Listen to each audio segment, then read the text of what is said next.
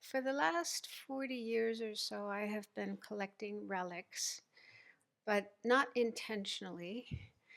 It just happened. They were just coming to me. I mean, not from the sky, but people people would give them to me. And I think the first time was sometime in the 80s. I was living in Nepal, and another Western nun who was a Kargyu practitioner um, gave me some relics of the previous Karmapa, the 16th Karmapa.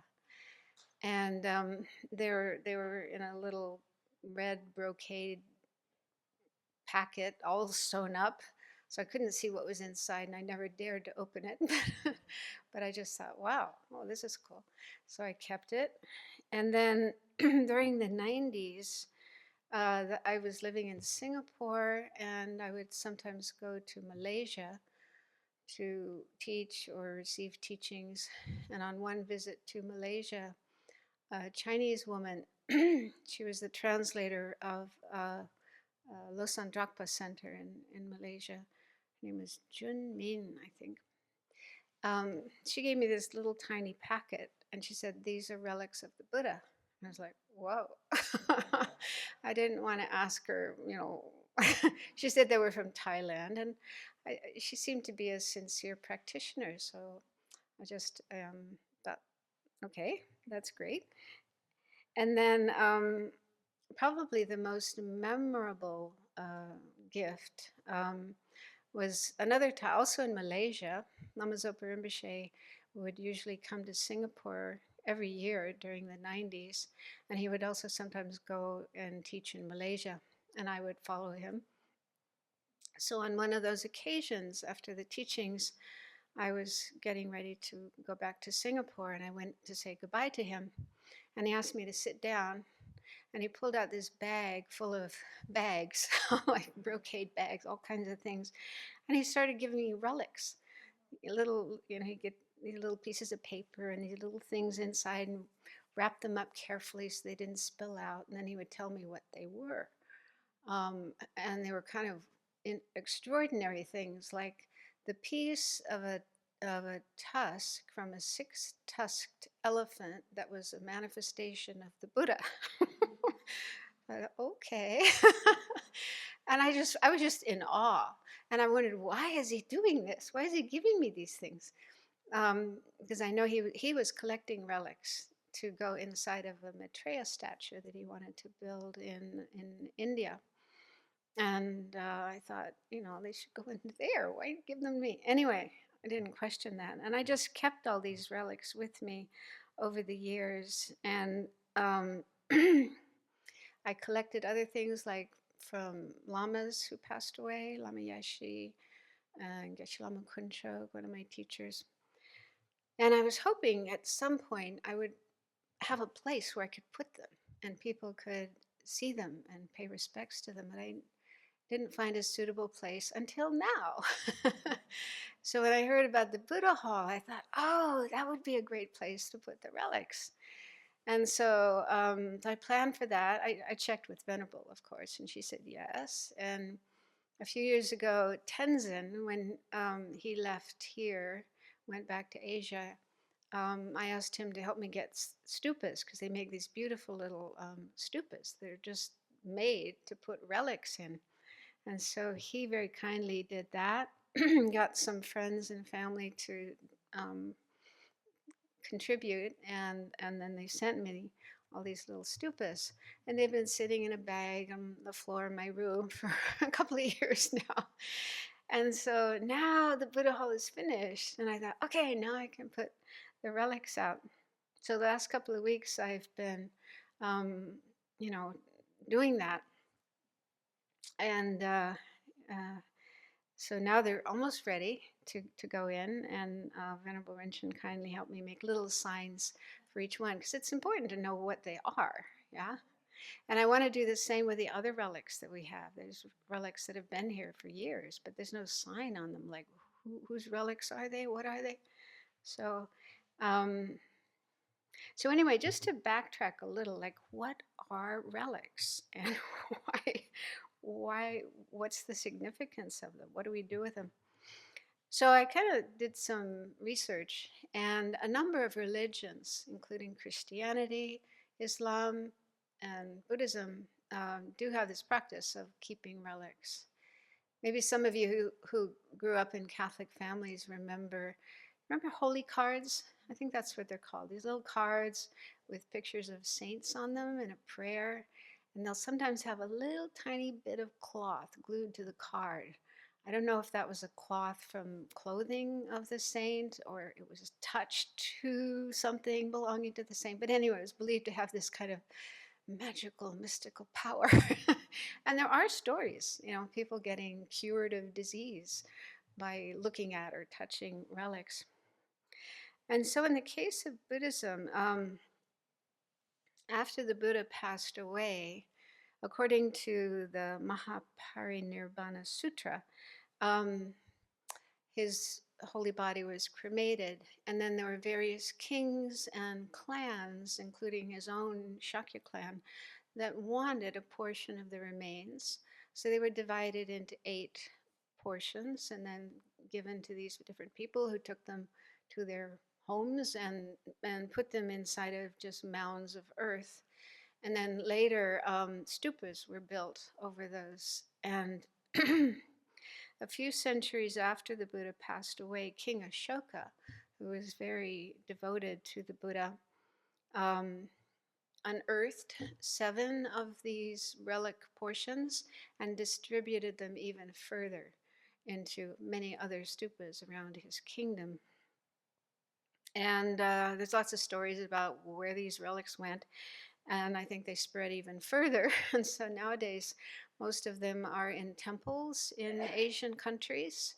A few are in museums, like in Delhi. The National Museum in Delhi has some relics of the Buddha.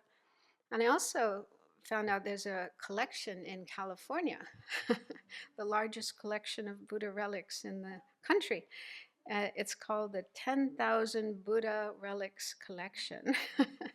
It's in a temple in Rosemead. I don't know where that is, Southern California.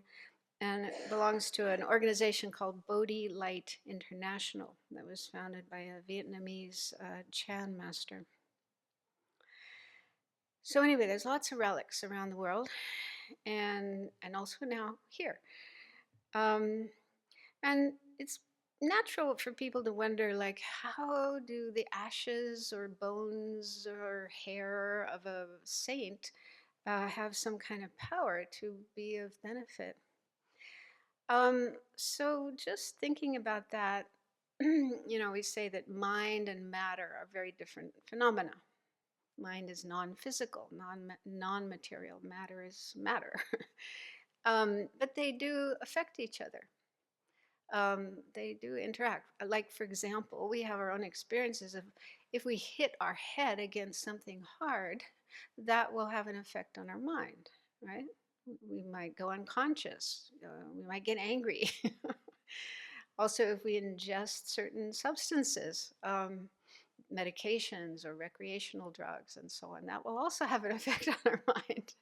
So matter can affect mind. Why not the other way around? Why can't mind affect matter? And there's been research done. They put meditators inside an MRI machine and watch their brains while they're meditating. And they can see that there's things going on in their brain that are very unusual, not like ordinary people who don't meditate. So there's evidence that mind can affect matter. So then, if you think about a person who has spent a lot of time over their life cultivating positive qualities like love and compassion and wisdom, doing a lot of good deeds, being very virtuous, and so on, why not have that positive energy that they're generating in their mind affect their body and leave some, residue of positive energy in their body? So I just, I'm thinking a little bit, that kind of makes sense to me. And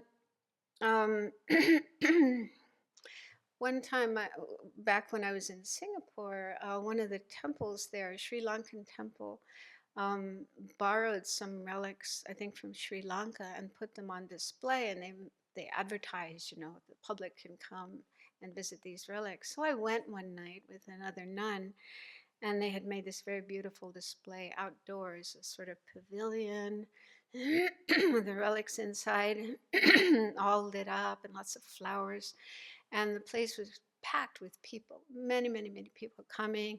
So you could go into this pavilion and walk around, look at the relics. People were sitting, meditating, praying.